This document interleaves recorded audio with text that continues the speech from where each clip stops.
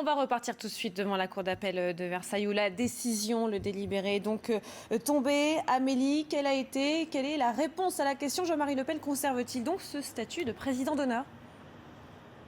Quoi qu'il en soit, la Cour d'appel de Versailles vient d'accorder une nouvelle victoire juridique à Jean-Marie Le Pen. Cette Cour d'appel vient de confirmer la décision du tribunal de grande instance, c'est-à-dire la suspension de la consultation des adhérents qui n'est pas jugée conforme au statut du parti. Ce qui veut dire donc que Jean-Marie Le Pen, encore une fois, une nouvelle victoire pour lui. Alors, ça veut dire qu'il est conforté dans son rôle de président d'honneur. Ça veut dire qu'il reste dans toutes les instances dirigeantes du parti. Que peut-il se passer par la suite? Que peut faire le Front National?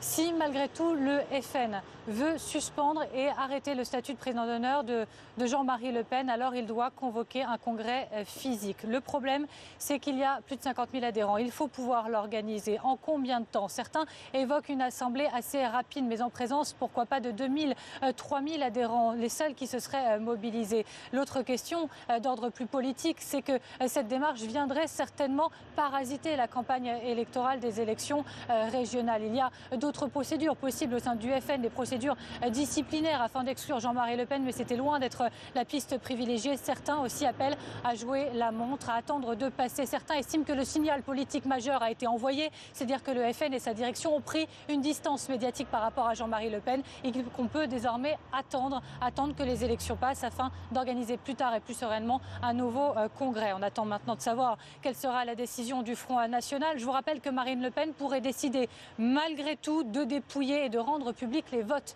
de cette consultation. Ces résultats n'auraient plus alors de valeur juridique, mais une valeur surtout symbolique qui lui permettrait de dire: vous voyez, j'ai tant d'adhérents à mes côtés qui me suivent dans ma démarche. On attend aussi de savoir quelle sera la réaction d'un Jean-Marie Le Pen, mais on l'imagine très bien, un Jean-Marie Le Pen galvanisé.